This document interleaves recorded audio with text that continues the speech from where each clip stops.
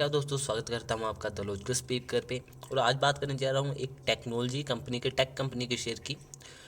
अगर इस शेयर के बारे में बताऊँ तो ये शेयर जो था मार्च के आसपास जो था 4,000 रुपये 3,000 रुपये के आसपास चल रहा था।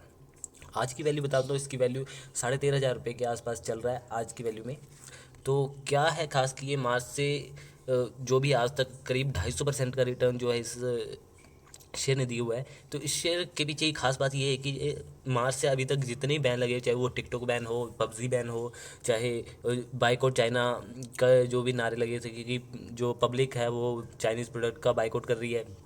तो उस कंपनी उस इन सब चीज़ों से जिसका भी सबसे ज़्यादा फ़ायदा हुआ है वो है इस कंपनी के बारे। तो इस कंपनी का नाम है डिक्सन टेक्नोलॉजी। तो डिक्सन टेक्नोलॉजी का सबसे पहले मैं आपको चार्ट बताता हूँ, फिर आपको बताता हूँ कि हाँ इस चार्ट में क्या ग्रोथ है और ग्रोथ के पीछे क्या वजह है, क्या हमें इन्वेस्ट करना चाहिए इसमें या नहीं, क्या ये इस कंपनी में इन्वेस्ट करने का सही टाइम है या नहीं, इसके बारे में भी बात करेंगे। और एक दो न्यूज़ कोई पकड़ के चलेंगे कि उसके बारे में जो है फ़िलहाल लेटेस्ट न्यूज़ क्या आ रही है। तो स्टार्ट करते हैं इस वीडियो को। उससे पहले कहना चाहूँगा कि अभी तक अगर आपने इस चैनल को सब्सक्राइब नहीं किया तो ज़रूर सब्सक्राइब कर लें और साथ ही बेल आइकन को भी प्रेस कर लें, ताकि आने वाली मेरी नई वीडियो की नोटिफिकेशन आपको मिलती रहे। तो स्टार्ट करते हैं इस वीडियो को।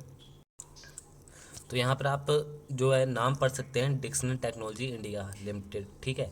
अब इसका चार्ट मैं आपको दिखाऊँ तो यहाँ पर आप चार्ट देखोगे तो ये आज के दिन करीब 6.5% के आसपास भागा हुआ है, यानी 813 रुपये भागा हुआ है स्टॉक, जो कि क्लोजिंग के टाइम 13,531 पर आज क्लोज हुआ है। इससे भी ये ऊपर गया होता है, करीब 13,700 पर गया हुआ था, पर क्लोजिंग इसकी 13,531 पर हुई।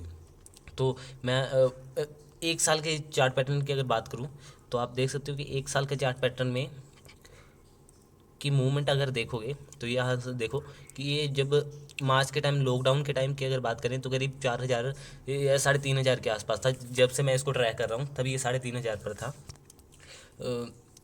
करीब 3200-3300 रुपये इसकी जो थी वैल्यू चल रही थी। और उस टाइम के बाद अगर आज की वैल्यू देखी जाए तो वो है 13,531। तो यहाँ से ही इसने सीधी ग्रोथ पकड़ी हुई है, क्योंकि काफ़ी जैसे ज़्यादा न्यूज़ आ रही थी कि चाइनीज़ प्रोडक्ट का बायकॉट किया जा रहा है, या जो भी ऐप्स बैन किए गए हैं चाइना के द्वारा बनाए गए, जैसे टिकटॉक हो गया, पबजी बैन हो गया, और काफ़ी ज़्यादा ऐप, करीब 80-90 ऐप जो थे इंडियन गवर्नमेंट ने बैन कर दिए थे, चाइनीज़ ऐप। तो उन सब न्यूज़ की वजह से जो इस शेयर में तेज़ी आई थी ना, वो भाई देखने वाली थी। और आप देख ही सकते हो कि इसका एक स्ट्रेट चार्ट पैटर्न है जो कि 13,531 पर। हाँ, थोड़ी थोड़ी इसमें जो है हम देख सकते हैं कि वॉलेटिलिटी है, पर इतनी तो शेयर में वॉलेटिलिटी होती है। पर देखें कि ओवरऑल जो चार्ट है वो एकदम स्ट्रेट है, ठीक है, 3,000, 3,500 से 13,500 तक, ठीक है। तो इसके अब पीछे की न्यूज़ को देखेंगे और साथ में इसकी जो फंडामेंटल एनालिसिस है उस पर भी एक नज़र डालेंगे। तो चलिए एनालिसिस करते हैं। सीधे आपको लेके आए हूँ इसके रेवेन्यू चार्ट पर। तो क्यों इतना शेयर प्राइस भाग रहा था, ये इस बात से पता चलता है कि देखो, फर्स्ट की मार्च में जब इसका शेयर प्राइस था, अगर रिवेन्यू देखा जाए तो करीब 950 या 800 करोड़ के आसपास थी, ठीक है। जून में और कम हो गया, ठीक है। पर सितंबर के अगर क्वार्टर की बात की जाए तो जो पिछले साल का रिकॉर्ड तोड़ दिया उसने, और 1,500 करोड़ से भी ज़्यादा है इसका जो रेवेन्यू देखा जाए। यहीं पर अगर नेट प्रॉफिट के चार्ट की अगर मैं बात करूं तो आप देख सकते हो कि नेट प्रॉफिट भी काफ़ी ज़्यादा, सितंबर क्वार्टर की बात की जाए तो काफ़ी ज़्यादा इम्प्रूव हुआ है। पिछले 2-3 क्वार्टरों की परफॉर्मेंस की बात की जाए तो इसको आपको पता ही होगा कि कोविड रीज़न की वजह से जो इसमें जो काफ़ी ज़्यादा आप बोल सकते हो कि मंदी में चल रहा था पूरा मार्केट। तो हाँ, इसकी एक वजह ये थी कि कोविड रीज़न के कारण जो कि नेट सेल्स में कमी आई थी इसके। तो उसी की वजह से जो मार्च अगर और जून का क्वार्टर देखा जाए तो इतने कम ग्रोथ पर दिख रहे हैं। पर अगर सितंबर की बात की जाए, क्योंकि सितंबर में सबसे ज़्यादा बूम हुआ, क्योंकि आपको पता ही होगा कि इसी महीने में दिवाली थी। और दिवाली मतलब कि परचेजिंग, नए सामान की परचेजिंग आपने भी जरूर की होगी। दिवाली में नए सामान, कुछ ना कुछ टीवी, टेलीविज़न, मोबाइल फ़ोन वगैरह, कुछ ना कुछ तो कोई इलेक्ट्रॉनिक सामान तो खरीदा ही होगा। तो मैक्सिमम जो इलेक्ट्रॉनिक्स का सामान है वो मैन्युफैक्चर करता है डिक्सन टेक्नोलॉजी, क्योंकि इसमें आप देख सकते हो कि स्मार्टफोन काफ़ी ज़्यादा मैन्युफैक्चर करता है, जैसे कि रियलमी वगैरह है, ओप्पो वगैरह है। तो ये तो सिर्फ ब्रांड है, इनको मैन्युफैक्चर करने का काम किसी और का होता है, ठीक है। तो इन सब की मैन्युफैक्चरिंग जो करता है वो डिक्सन टेक्नोलॉजीज करता है। हाँ, मैं पक्का नहीं बोल सकता हूँ कि हाँ किस किस ब्रांड की जो है ये मैन्युफैक्चरिंग करता है, पर काफ़ी ज़्यादा ब्रांड की जो है मैन्युफैक्चरिंग ये करता है। इसमें साथ ही एलईडी टीवीज़, आप देख सकते हो एलईडी टीवी, स्पीकर्स वगैरह, और काफ़ी ज़्यादा सॉफ्टवेयर की भी ये जो है मैन्युफैक्चरिंग करते हैं। तो सॉफ्टवेयर भी ये अपने बनाते हैं। तो आपको पता ही होगा कि जब बाइकआउट चाइना हुआ था तो काफ़ी ज़्यादा चाइनीज़ प्रोडक्ट का बाइकआउट किए जाने लगा। तो इंडिया में जो सॉफ्टवेयर या जो ऐप्स बन रहे थे उनका कॉन्टैक्ट था डिक्सन टेक्नोलॉजी से, ठीक है।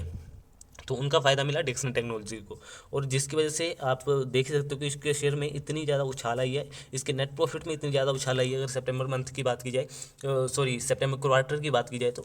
क्योंकि इसी क्वार्टर में सबसे ज़्यादा सेल हुई थी। आपको देखने को मिला कि इसी में सारे हमारे जो भी फेस्टिवल थे वगैरह थे इसी क्वार्टर में थे। तो पिछले 2 क्वार्टर में तो जो कि कोविड-19 की जो मार थी वो काफ़ी ज़्यादा थी, इसलिए उस टाइम में तो काफ़ी ज़्यादा सेल नहीं हुई होंगी, सीधी सी बात है। पर जब फेस्टिवल का महीना आया या फेस्टिवल का टाइम आया, तब हम कह सकते हैं कि काफ़ी ज़्यादा जो सेल देखने को हमें मिली है। तो उसी सेल की वजह से जो इसके नेट प्रॉफिट में है इतना ज़्यादा इजाफा देखने को हमें मिल सकता है, ठीक है। सॉरी, मिल सकता नहीं है, मिल रहा है। साथ ही दोस्तों अगर शेयर होल्डिंग पैटर्न की बात की जाए तो सितंबर 19 में देख सकते हो आपकी 38.89, कम से कम 39% मान के चल सकते हो, जो कि अगर इस क्वार्टर में देखा जाए, इस ईयर के क्वार्टर में देखा जाए, सितंबर क्वार्टर के, तो वो 36 रह गया, मतलब कि 2-3% की हमें कमी देखने को मिल सकती है। पर हम बोल सकते हैं कि 2-3% की कमी कुछ मायने रख सकती, हो सकता है कि प्रमोटर को किसी वजह से 2-3% अपनी हिस्सेदारी हो सकता है कि बेचनी पड़ गई हो, ठीक है, क्योंकि कंपनी में 2-3% की। पर हाँ, अगर ये कंटिन्यूस रहता है, क्योंकि आप देख रहे हो कि यहाँ पे थोड़ा कंटिन्यूस है, क्योंकि अभी तक करीब 3% की हिस्सेदारी बेची गई है, पर ये आगे भी कंटिन्यूस रहता है। अगर अगले 2 साल में ये घट के 25 आ जाता है, 25 से फिर 24-23 करके ऐसे 15% पर, फिर 12% पर चला जाता है, तब सोचने वाली बात है कि हाँ ज़रूर कुछ गड़बड़ है इस कंपनी में, ठीक है। और अगर इसका इनकम स्टेटमेंट आप देखोगे तो सेल्स लगातार जो है हर क्वार्टर में चेंज हो रही हैं। पहले जो मार्च का क्वार्टर था उसमें 857 करोड़ की सेल की गई थी। फिर उसके बाद जून का जो क्वार्टर था उसमें 516, क्योंकि आपको पता ही है कोविड रीजन की वजह से जो सेल थी वो काफ़ी कम थी। पर जब ये हमारा, मैंने आपको बताया कि जैसे कि फेस्टिवल मंथ आया, जैसे दिवाली के नज़दीक जो सितंबर का था जो हमारा क्वार्टर, उसमें सबसे ज़्यादा सेल देखी गई 1638 करोड़ की, ठीक है। तो नेट सेल जो है वो इंक्रीज़ हो रही है, अच्छी बात है, क्योंकि सेल से ही जो है प्रॉफिट बनता है, ठीक है। तो अगर नेट प्रॉफिट की बात की जाए तो नेट प्रॉफिट आप स्क्रीन पर देख सकते हो कि जो नेट प्रॉफिट है कंपनी का वो है, पहले 27 करोड़ था, फिर कोविड सीजन में 1 करोड़, मतलब कुछ भी नहीं हुआ। आपको पहले ही मैंने रिवेन्यू में दिखाया था कि वो बिल्कुल माइनस था, वो दिख भी नहीं रहा था, ठीक है। तो 1 करोड़ तो किससे ज़्यादा तो उनके खर्चे हो गए होंगे, ठीक है। फिर जो सितंबर क्वार्टर था उसमें उन्हें 52 करोड़ का प्रॉफिट हुआ है। नेट प्रॉफिट के बाद आप कर सकते हो, ठीक है। कंपनी की बैलेंस शीट की बात की जाए तो यहाँ पर आप देख सकते हो कि रिजर्व भी कंटिन्यूसली चेंज हो रहे हैं, बल्कि बढ़ रहे हैं। और करंट लाइबिलिटीज़ की बात की जाए तो जो मार्च क्वार्टर था उसमें 634 करोड़ की थी, उसके बाद ये बढ़ के 929 करोड़ हो गई, और अब बढ़ के 1033 करोड़ हो गई। तो करंट लाइबिलिटीज़, हाँ मैं बोल सकता हूँ कि काफ़ी इंक्रीज़ हो रही है, जो कि होनी नहीं चाहिए, पर बिजनेस करना है तो करंट लाइबिलिटीज़ तो इंक्रीज़ तो करनी ही पड़ेंगी, ठीक है। तो एग्जैक्ट क्या न्यूज़ थी इसके बारे में मैं बताऊंगा। तो यहाँ पर आप देख सकते हो कि जो एग्जैक्ट न्यूज़ है कि डिक्सन्स होली ओन्ड सब्सिडियरी जो पैड्स इलेक्ट्रॉनिक्स, ये कंपनी का नाम है, P and D enters into agreement with Motorola for manufacturing it's smartphones, ठीक है। तो क्या है ये भी मैं आपको समझाऊंगा। तो अ, एक बात बताना चाहता हूँ कि अभी कोई कंपनी अगर दूसरी कंपनी को होल्ड करती है, ठीक है, और उसके कुछ शेयर्स को होल्ड करती है, तो वो पार्शियली सब्सिडियरी होती है, ठीक है। तो जैसे कि यहाँ पर बताया है कि डिक्सन टेक्नोलॉजीज है, उसने पैजेस इलेक्ट्रॉनिक्स के जो शेयर है वो 100% ओवन किए हुए हैं। तो मतलब कि एक भी शेयर नहीं छोड़ा हुआ है, सारे के सारे, मतलब कि सारे के सारे जो है इसी की झोली में है, ठीक है।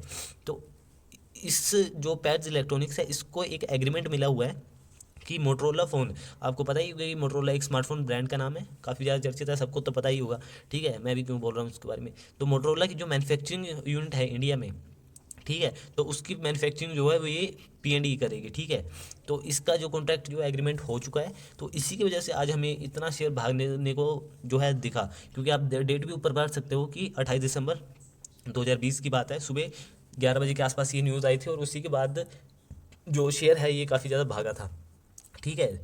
तो एग्रीमेंट मिलना एक काफ़ी अच्छी बात होती है, क्योंकि जब भी एग्रीमेंट होता है उसके बाद कंपनी में पैसा आना स्टार्ट हो जाता है, ठीक है।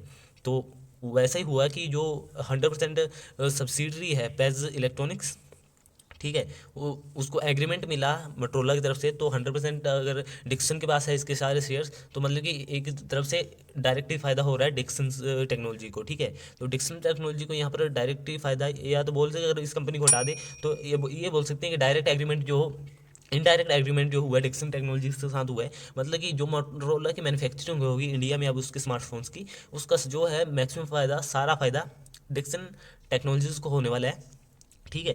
तो इसी कारण आज जो शेयर है हमें करीब 800 साढ़े 800 पॉइंट भागने को दिखा, काफ़ी ज़्यादा भाग चुका है। पर अब इसके कुछ नेगेटिव पॉइंट की बात करूंगा मैं, तो फिर से आपको ले चलूँगा चार्ट पे और वहाँ पर हमें इसके जो है नेगेटिव पॉइंट आउट करेंगे, ठीक है। उसके बाद आपको पता लग जाएगा कि ये शेयर खरीदना चाहिए या नहीं खरीदना चाहिए, ठीक है। तो चलते हैं हम अपनी चार्ट की तरफ। तो यहाँ पर मैंने अपना चार्ट पैटर्न ओपन कर लिया, पर इसमें देखने वाली ये बात है कि इसका मार्केट कैपिटलाइजेशन अगर आप देखो तो 158 बिलियन रुपीज़ है, ठीक है। तो 158 मतलब कि ये मिड कैप का स्टॉक है, ठीक है। तो मिड कैप मतलब कि हाई रिस्क स्टॉक्स जिसको बोल सकते हैं, कि स्मॉल कैप जो होता है वो और भी हाई रिस्क स्टॉक हो सकते हैं, पर अगर ये मिड कैप स्टॉक है मतलब कि लार्ज कैप से थोड़ा सा ये ज़्यादा रिस्की है, क्योंकि जिस तरीके से ये बढ़ रहा है, अगर ये गिरना शुरू हुआ था इसी तरीके से 800 पॉइंट 900 पॉइंट गिरेगा भी, ठीक है।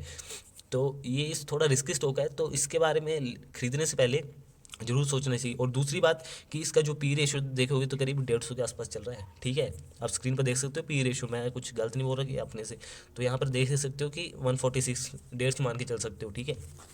तो 150 चल रहा है, तो वो इसके रिस्क को और भी बढ़ा देता। अगर 25-30 पर होता तो बात अलग थी, पर अगर 150 पर है पी रेशो इसका, तो ये काफ़ी ज़्यादा रिस्की और बना देता है स्टॉक्स को, ठीक है। एक तो ये मिड कैप है, दूसरे से कि 150 पर इसका पी चल रहा है, इसका पी वी रेशो देखोगे वो भी 29-30 के पास चल रहा है, मतलब कि पी वी रेशो कम से कम 1 2 या 3 होना चाहिए, ठीक है। तो वो भी 29-30 चल रहा है, तो आप मान ही सकते हो कि ये कितना हाई रिस्क स्टॉक है। वहीं पर अगर बुक वैल्यू की बात की जाए तो इसकी जो बुक वैल्यू अगर आपको मैं बताऊं तो करीब 400 रुपये के आसपास इसकी बुक वैल्यू है। और ट्रेडिंग प्राइस आप देख सकते हो कि यहाँ पर आज 13,800 पर जो है ये ट्रेड कर रहा है, ठीक है। सॉरी 13,500 पर ट्रेड कर रहा है। तो बुक वैल्यू से जो इसकी वैल्यू का कंपैरिजन आप देख सकते हो कितना हाई है, ठीक है। तो मैं तो इस स्टॉक्स की जो कि काफ़ी ज़्यादा रिस्की स्टॉक है, तो इसकी तो रिकमेंडेशन भी नहीं करूँगा, क्योंकि कल को गिर गया तो आप मुझे ही गलत बोलोगे। तो पर उनका भी शुक्रिया करना चाहूँगा जिन्होंने ये पहले से ख़रीद के रखा था, यानी मान लो कि जिसने इसे मार्च में ख़रीदा था, तो मार्च में उसके करीब 3,000 4,000 के आसपास का पड़ा होगा, ठीक है। 4,000 रुपये का उसने ख़रीदा, अब उसकी जो वैल्यू है 13,500 रुपये, ठीक है। तो बीच में न्यूज़ आ रही थी कि ये 9,000 का जो टारगेट, कई जो है ब्रोकरेज फर्म ने बताया था कि 9,000 का टारगेट अचीव हो गया तो इसको बेच दो, ठीक है। पर इसने 9,000 को भी क्रॉस करके 13,500 करीब 4,000 5,000 और भी ज़्यादा जो है टारगेट, तो क्या अभी भी इसको होल्ड करना चाहिए? तो देखो जिस तरीके से इस मार्केट में ग्रोथ हो रही है, तो मेरी तो सलाह है कि जिसने अगर खरीद के रखे हैं उसे तो होल्ड करना चाहिए। पर फिर भी अगर आप प्रॉफिट बुकिंग की सोच रहे हैं तो पार्सली प्रॉफिट बुकिंग कर सकते हो, जिसके आपके पास अगर 100 शेयर हैं तो उसमें से हो सकता है कि 50 शेयर को निकाल दो, 50 को रखो, क्योंकि उसका हो सकता है प्राइस और भी ऊपर जाए, ठीक है। मेरे पास पर्सनली ये शेयर तो नहीं है, क्योंकि मैंने स्टार्टिंग में नहीं खरीदा था, क्योंकि जब मैं मार्च में इसको देख रहा था तब भी इसका पी रेशियो काफ़ी ज़्यादा हाई था, तो उस टाइम पर जमा नहीं। फिर उसके बाद जैसे जैसे न्यूज़ आने लगी कि हाँ टिकटॉक बैन हो गया, पबजी बैन हो गया, जो कि चाइनीज़ बाइकआउट का जो कि एक न्यूज़ आ रही थी, तो उन सभी से इसको काफ़ी ज़्यादा जो है तेज़ी मिली और काफ़ी ज़्यादा तेज़ हो गया हम बोल सकते हैं। तो एक बात मैं नोट करने को बोलूँगा कि ये एक मिड कैप का स्टॉक है, तो सोच समझ के ज़रूर इन्वेस्ट करना है इसमें, ठीक है। तो जिस तरह से ये बढ़ रहा है हो सकता है गिर भी जाए, ठीक है। हो सकता है कि इसके जो भी एग्रीमेंट है वो कैंसिल हो जाए और किसी और कंपनी को मिल जाए, क्योंकि इस सेक्टर में काफ़ी ज़्यादा कंपटीशन है, ठीक है। जो इलेक्ट्रॉनिक्स का सेक्टर है वो काफ़ी ज़्यादा कंपटीशन वाला है, तो कुछ भी हो सकता है, ठीक है। तो रिस्क अपने हिसाब से आप अपना देख सकते हो कि आपकी रिस्क कैपेबिलिटी कितनी है, ठीक है। उसी के हिसाब से आप जो है शेयर को सिलेक्ट करना, ठीक है। तो मिलते हैं किसी नेक्स्ट वीडियो में, तब अभी तक के लिए इतना ही, ठीक है। फिर किसी नए स्टॉक के बारे में आपको ज़रूर बताऊंगा। और धन्यवाद इस पूरी वीडियो देखने के लिए, और मिलते हैं किसी नेक्स्ट वीडियो में, तब तक के लिए बाय बाय, टाटा।